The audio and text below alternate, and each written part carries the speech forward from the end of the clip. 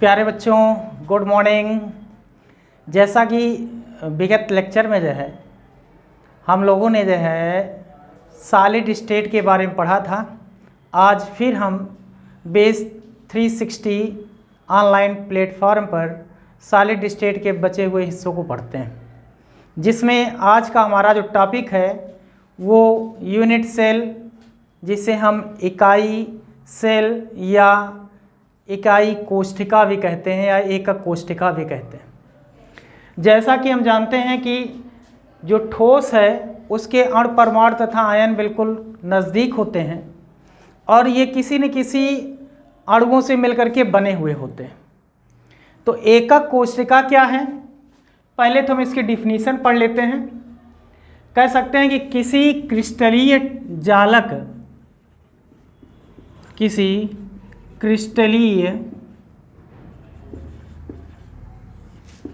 जालक की वह सूक्ष्मतम संरचना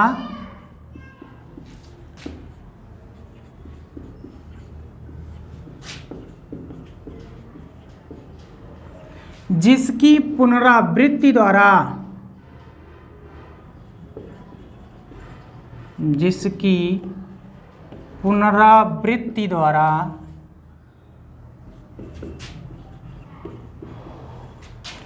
कोशिका का निर्माण होता है,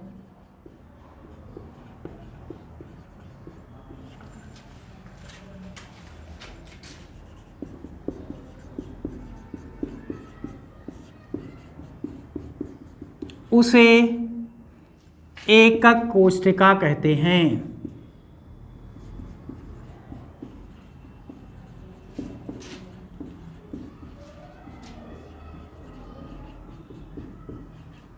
कहने का मतलब है जो क्रिस्टल जालक है वो छोटे छोटे अणुओं से मिलकर के बना हुआ है।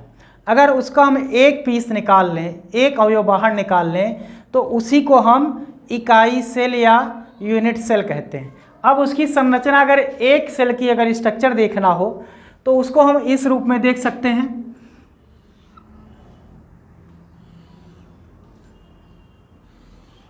ये आपका जो है यूनिट सेल बन रहा है।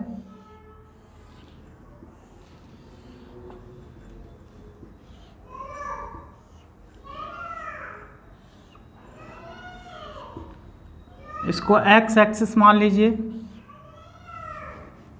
इसको जेड एक्सिस मान लेते हैं और इधर वाई एक्सिस मान लेते हैं।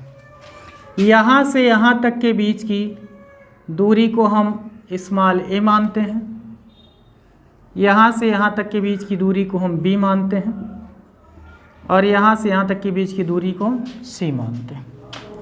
और जो ये कोण है आपको, इसको हम अल्फ़ा मान लिए, ये माना बीटा है और ये गामा मान लिए हम। तो एकक कोशिका जो यूनिट सेल है, अगर उसको स्ट्रक्चर में देखा जाए तो ऐसे दिखेगा आपका।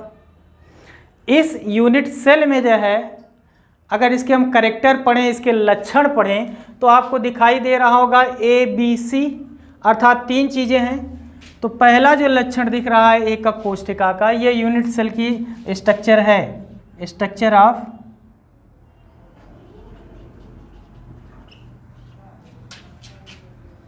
Unit cell.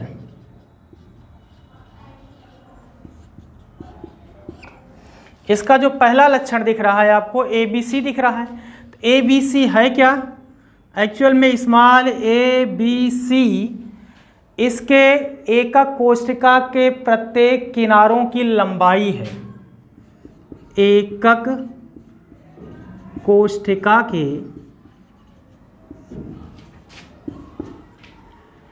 कोर की लंबाई को प्रदर्शित करता है।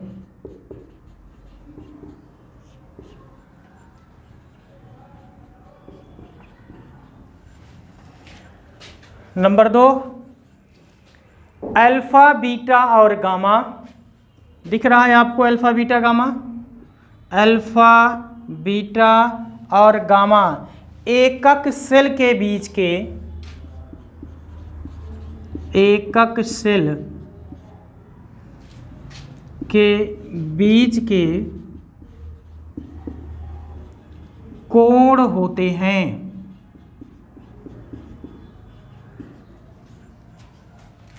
तीसरा जो लक्षण इसका दिख रहा है,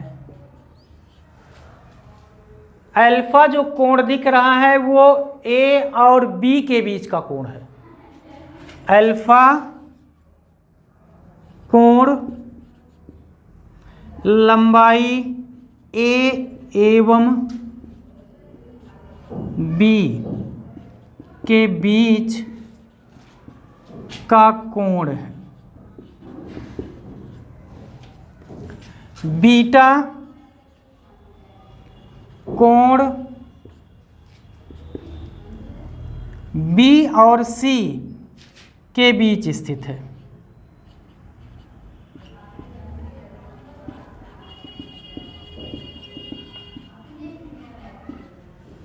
और गामा जो कोण है आपका वो सी और ए के बीच स्थित है।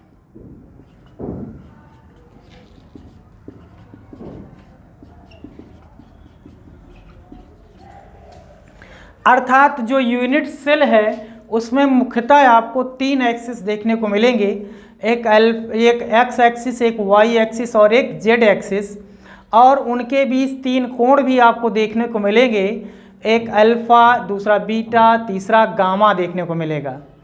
और उनके बीच जो है 3 जो है लंबाइयाँ भी देखने को मिलेंगी, जिसे हमने मान लिया स्मॉल ए, स्मॉल बी और स्मॉल सी मान लिया है। और इसको आप जो है स्क्रीनशॉट ले लीजिए जो है। अब इसी के आगे हम अगला टॉपिक आपको जो है पढ़ा रहे हैं कि टाइप्स ऑफ यूनिट सेल। पहले स्क्रीनशॉट ले लीजिए इसका। अब इसको हम, हाँ बेटा, एकक कोष्ठिका के प्रकार। Type of unit cell. Unit cell जो आपकी होती है वो एकक कोष्ठिका 4 प्रकार की होती है। एकक कोष्ठिका 4 प्रकार की होती है।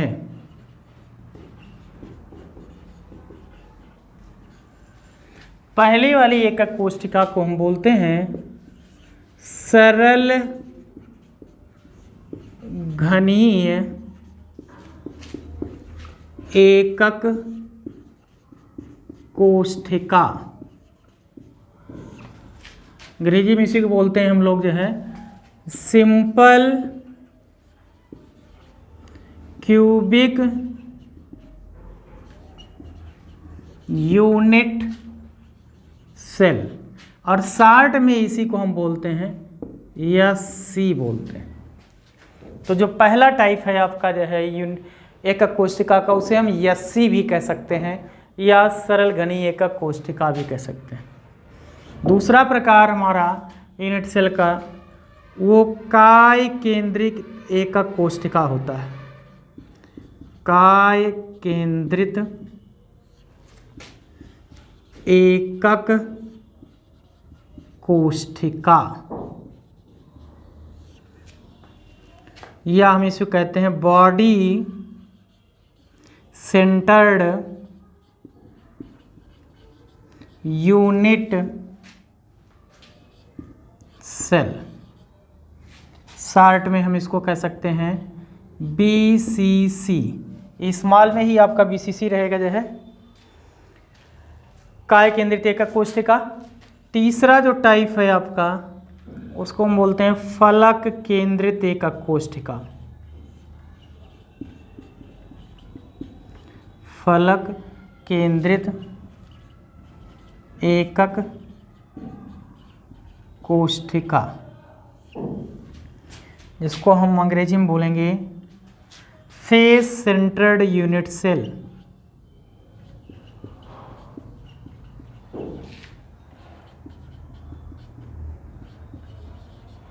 या शॉर्ट में बोल सकते हैं हम लोग एफसीसी बोलते हैं। और चौथा जो प्रकार है आपका वो सरल घनी हो गया आपका, काय केंद्रित हो गया, फलक केंद्रित हो गया जो है।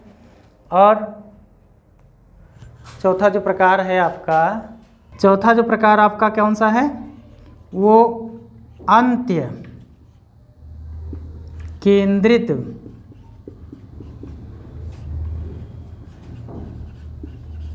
एकक कोष्ठिका, या इसको हम बोलते हैं क्या बेटा, एंड सेंटर्ड यूनिट सेल, या बोल सकते हैं बेटा ECC बोल सकते हैं। तो हमारी जो कोष्ठिका हुई एकक कोष्ठिका, वो 4 प्रकार की हो गई बेटा जो है। पहली एकक कोष्ठिका को हम बोलते हैं सिंपल क्यूबिक यूनिट सेल, जिसको हम SC से डिनोट करते हैं। दूसरा आपका प्रकार है काय केंद्रित एकक कोष्ठिका, जिसे हम BCC कहते हैं।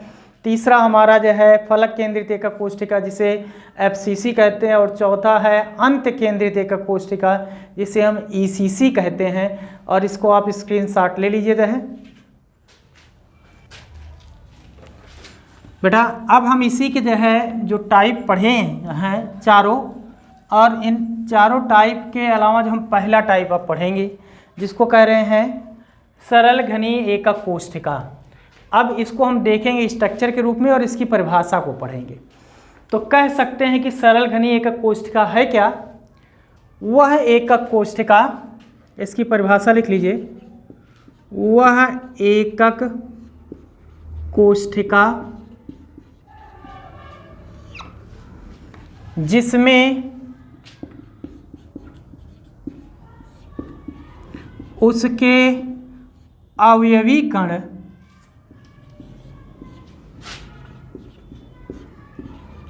अणु, परमाणु या आयन उसके प्रत्येक कोनों पर स्थित होते हैं, उसके प्रत्येक कोनों पर स्थित होते हैं, उसे सरल घनीय एकक कोष्ठिका कहते हैं।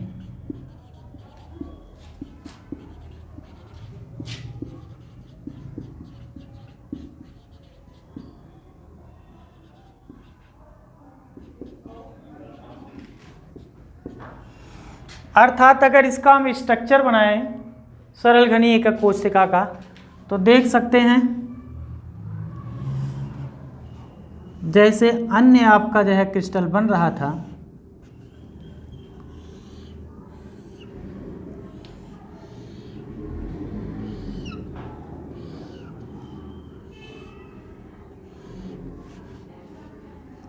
तो ये कह रहा है, देखो परिभाषा ही कह रही है आपकी कि वह एकक कोष्ठिका जिसमें उसके अवयवी कण अणु, परमाणु तथा आयन उसके प्रत्येक कोनों पर है।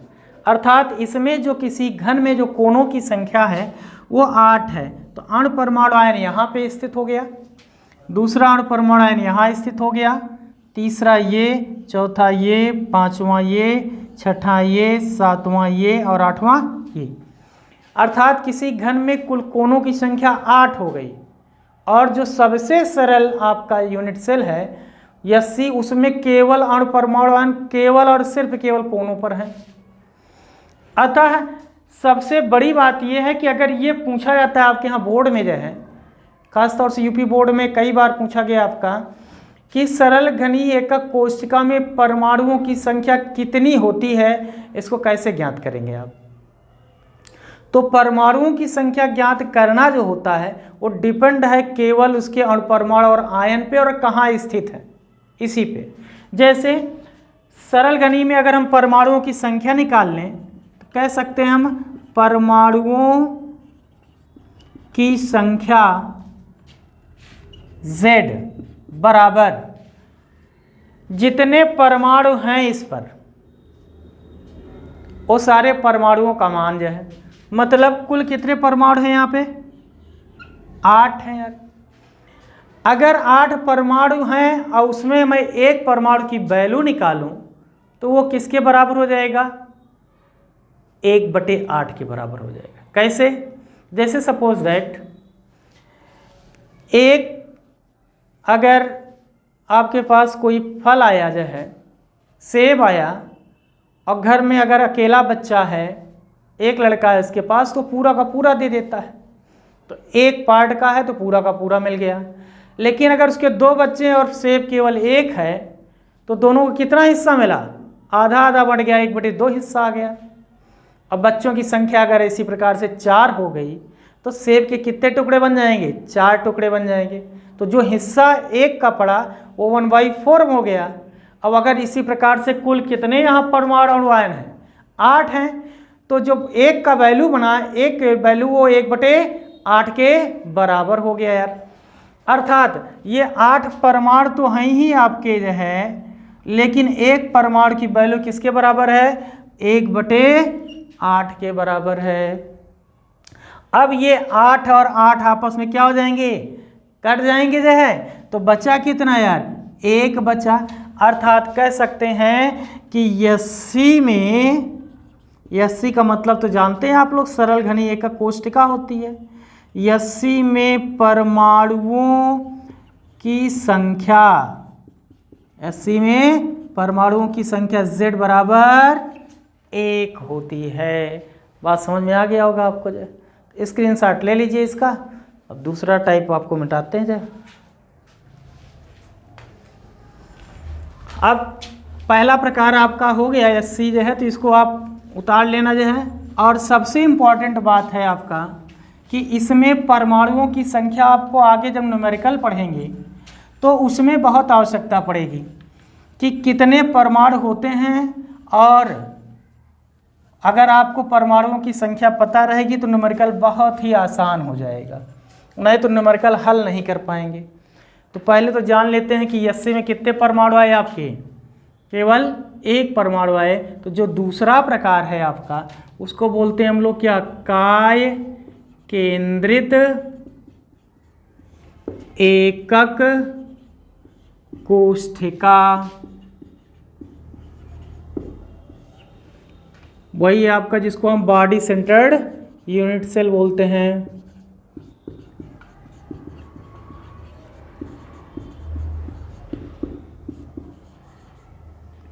ब्रैकेट में BCC भी बोल सकते हैं। इसमें जो परमाणुओं की संख्या आती है 2, कैसे आती है भी हम आपको दिखाते हैं। सबसे पहले तो हम इसकी डेफिनीशन पढ़ते हैं कि काय केंद्रित कहते किसे हैं। तो इसकी डेफिनीशन लिख लीजिए। वह एकक कोष्ठिका,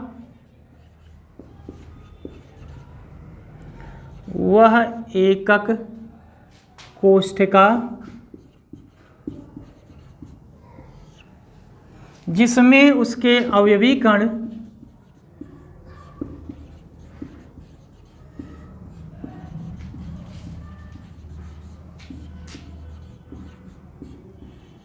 अणु, परमाणु तथा आयन उसके प्रत्येक कोणों के साथ साथ उसके अंतः केंद्र पर स्थित होते हैं।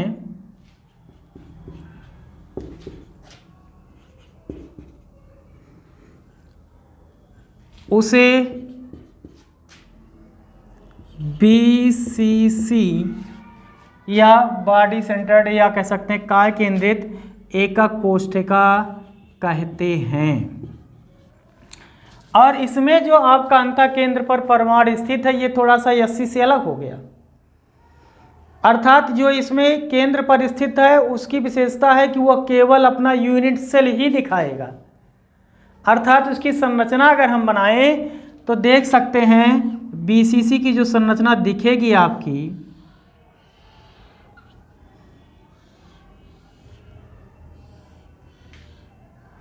अब इसमें एक्सिस भी आप दिखा सकते हो, अब हम केवल शार्ट में ही आपको दिखा दे रहे हैं।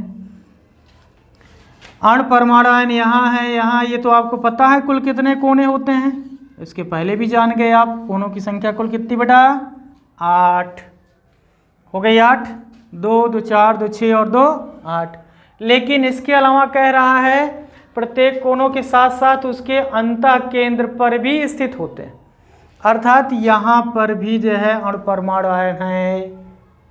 जब यहाँ पर अणु परमाणु आयन हो गया तब अगर हम इसमें परमाणुओं की संख्या अगर निकाल लें, हम लोग परमाणु किसमें निकाल लें परमाणु संख्या? BCC में ना यार, तो BCC में परमाणुओं की संख्या Z बराबर प्रत्येक परमाणु कितने हो गए? 8 परमाणु हो गए यार, गुणे, और एक परमाणु की वैल्यू तुम्हें पता है 1/8 के बराबर होती है, प्लस एक परमाणु इसके अंतः केंद्र पर स्थित हो गया, अर्थात जो है हम यहाँ पर 1 प्लस कर दिए। ये बात समझ में आ रही ना? 8 और 8 आपस में क्या हो गया? कट गया, बच्चा 1 और 1 जोड़ देंगे तो Z बराबर कितना हो गया? 2 हो गया। और कह सकते हैं कि BCC में जो परमाणुओं की संख्या है आपकी जो है वो कितनी होती है बेटा? 2 होती है जो है।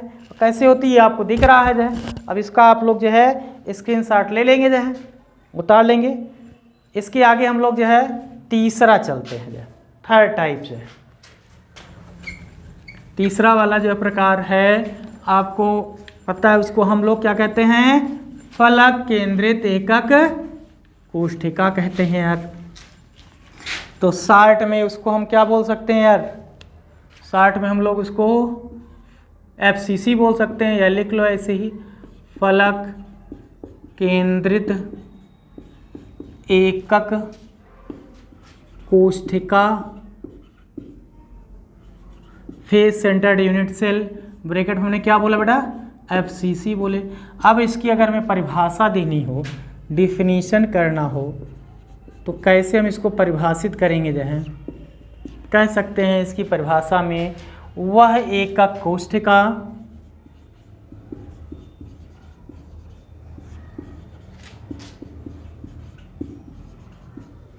जिसमें उसके अवयवी कण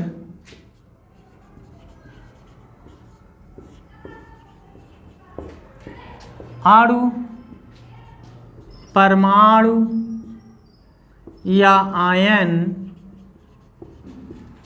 उसके प्रत्येक कोनों के साथ साथ उसके प्रत्येक कोनों के साथ साथ उसके प्रत्येक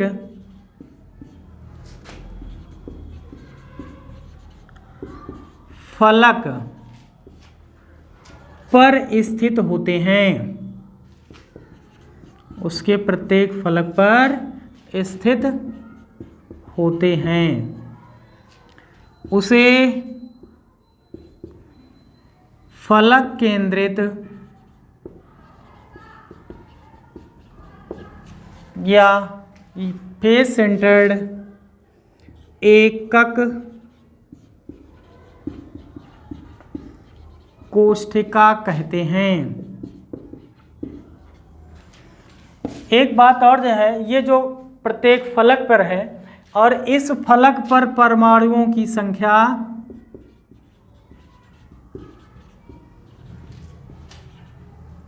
इस फलक पर परमाणुओं की संख्या का मान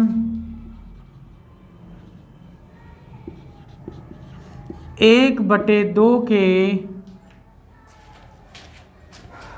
बराबर होता है। यही बात थोड़ा सा इसमें ध्यान रखना है, 1/2 के बराबर होता है।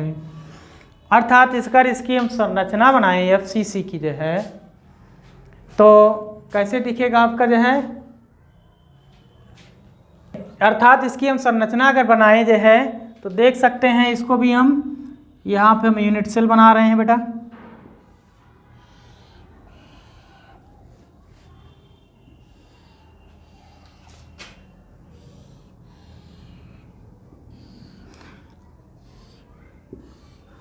अब इसमें भी हम परमाणुओं की संख्या निकालेंगे।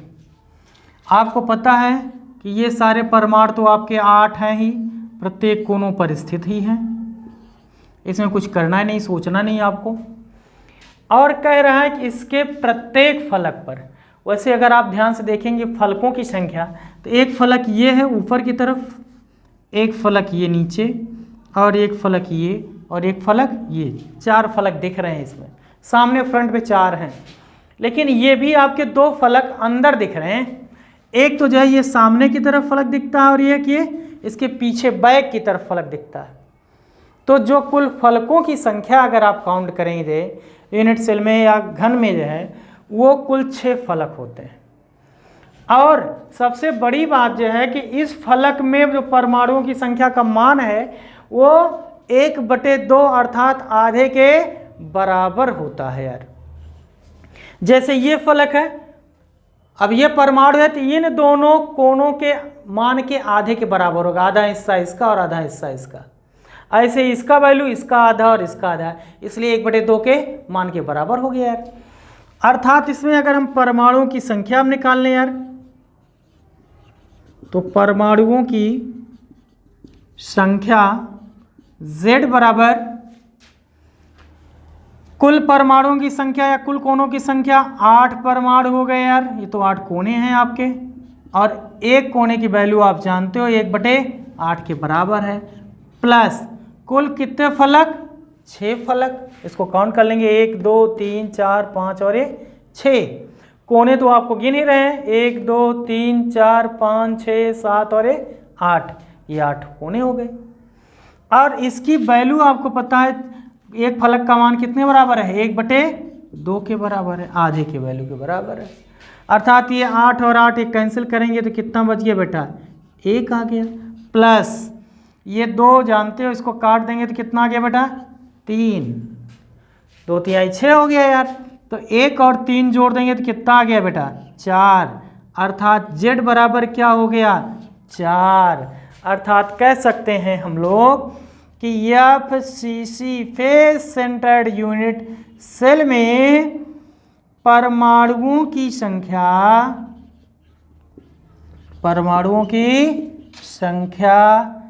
4 होती है। बहुत इंपॉर्टेंट है यार, जो है कई बार ये पूछा गया कि ये सिद्ध करो कि FCC में परमाणुओं की संख्या 4 होगी, कैसे सिद्ध करेंगे।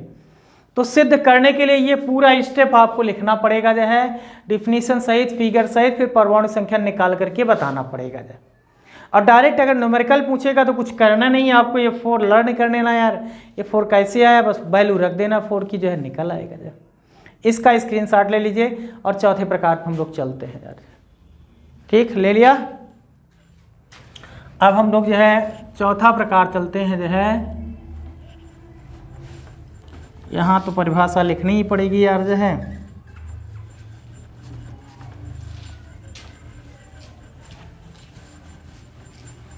थोड़ा सा फिगर में बदलाव आ जाता है। केवल केयरफुली ध्यान से अगर आप पढ़ेंगे जो है तो बहुत ही आसानी से आपको समझ में आ जाएगा। सबकी परिभाषा हमने बहुत सिंपल लिखा है, केवल आपको समझना भर है, बस छोटी छोटी बातें। और चौथा जो प्रकार है आपको, उसको बोलते हैं हम लोग क्या यार, अंत्य केंद्रित। बाकी हमने इसमें लिखा रहने दिया जो है, लेकिन ये वैल्यू इसकी जो है बदल जाएगी, FCC का नाम बदल जाएगा यार यहाँ पे, क्योंकि अंत केंद्रित एकक कोष्ठिका को हम बोलते हैं क्या, एंड सेंटर्ड यूनिट सेल बोलते हैं यार ना। और शॉर्ट में इसको क्या बोलते हैं हम लोग, ECC बोलते हैं यार। तो इसकी अगर हम परिभाषा लिखें जो है तो बहुत सरल परिभाषा, जैसे और परिभाषाएं आप लोग पढ़ते आ रहे हैं जो है, वैसे ये भी परिभाषा पढ़ेंगे जो है ना। आज यार सुबह सुबह ही गर्मी कुछ पड़ रही है क्या, है ना, लग तो रहा है यार। परिभाषा इसकी देखिए हम लोग पढ़ेंगे जो है, कह सकते हैं कि वह एकक कोष्ठिका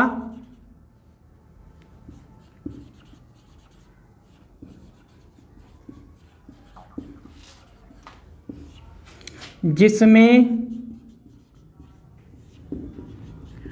उसके अवयवी कण अणु, परमाणु या आयन उसके प्रत्येक कोणों के साथ साथ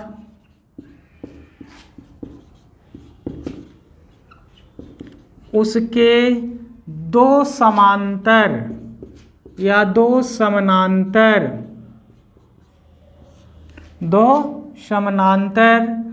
फलकों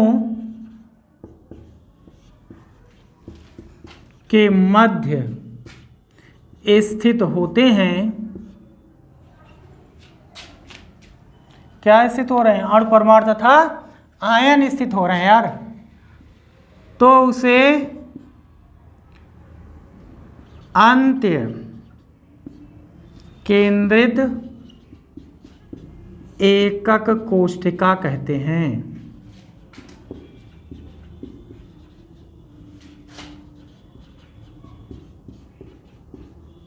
शॉर्ट में ECC भी कहते हैं। अब इसकी जैसे कहा जा रहा है, डिफिनीशन कहता है, उसी आधार पे आपको जो है उसका स्ट्रक्चर बना लेना है। तो कोष्ठिका में अणु, परमाणु, आयन उसके प्रत्येक कोणों पर कह रहा है, तो स्ट्रक्चर आपको प्रत्येक कोणों पर बनाना ही है, कुछ सोचना ही नहीं है यार। ये इसका अणु, परमाणु और आयन हमने बना दिया खट से, आप भी ऐसे झट से बना लेना यार, है ना, कुछ करना नहीं। कुल कितने कोने हो गए यार? 8, याद है ना? देखो 8 बन गए ना, और 8 हो गए तो इसके साथ साथ कह रहा है कि दो समानांतर फलक। अब इसमें आपके ऊपर चूज करने के लिए हो गया कि जो समानांतर फलक ले रहे हैं कोई भी दो ले लो, ये और ये दोनों समानांतर है ना, आपस में सामने दिख रहे हैं, या ये और ये समानांतर दिख रहे हैं। इसमें नहीं होगा ये समानांतर, ये तो आगे पीछे हो गए आपके। तो जो समान चल रहे हैं, तो चाहे आप यहाँ पे एक फलक ले लीजिए, चाहे यहाँ पे, या आप यहाँ भी दिखा सकते हो, यहाँ भी दिखा सकते हो, तब भी आपका आंसर सही होगा। अब इसमें परमाणुओं की संख्या अगर हम निकालने जो है, मतलब कह सकते हैं कि ECC में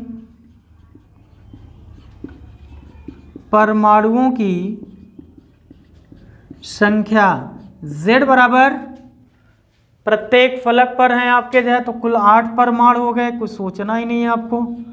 और एक फलक का मान 1/8 प्लस 2 फलक पर 2 परमाणु हैं, और दोनों की वैल्यू कितने बराबर है यार? 1/2, क्योंकि ये दोनों के बीच में स्थित, यहाँ भी ये दोनों के बीच में आ रहा है, इसलिए इसका मान 1/2 के बराबर हो गया। अब इसको आप काट देंगे तो 8 8 कितना हो गया? 1 आ गया, प्लस 2 2 काट दीजिए, 1 आ गया यार, और 1 1 आप 2 जोड़ना बहुत सरल, एक अच्छा LKG वाला है, UKG वाला है यार, है ना, प्रेप वाला है ना। 1 + 1 = 2, अर्थात ECC में परमाणु की संख्या कितनी हो गई? 2 हो गई। तो जो न्यूमेरिकल में पूछा जाता है आपका यार, अगर एक लाइन में याद करें जाए तो कितने परमाणु होंगे, तो कह सकते हैं हम लोग जो है कि SC में हम लोगों ने अभी पढ़ा परमाणुओं की संख्या Z, SC में Z बराबर 1 आया। BCC में अगर Z बराबर निकाल लेंगे तो कितना आएगा बेटा? 2 आया था, और यही हमने निकाला था FCC में Z बराबर कितना आया था? 4 आया था। और अभी आप देख रहे हो कि ECC भी बगल ही निकला हुआ है, तो ECC में Z बराबर कितना है लाला? 2 है। अर्थात केवल यही एक क्लू पॉइंट है जो न्यूमेरिकल में आपको काम करेगा। SC में Z = 1, BCC में Z = 2, FCC में Z = 4 एंड ECC में Z = 2।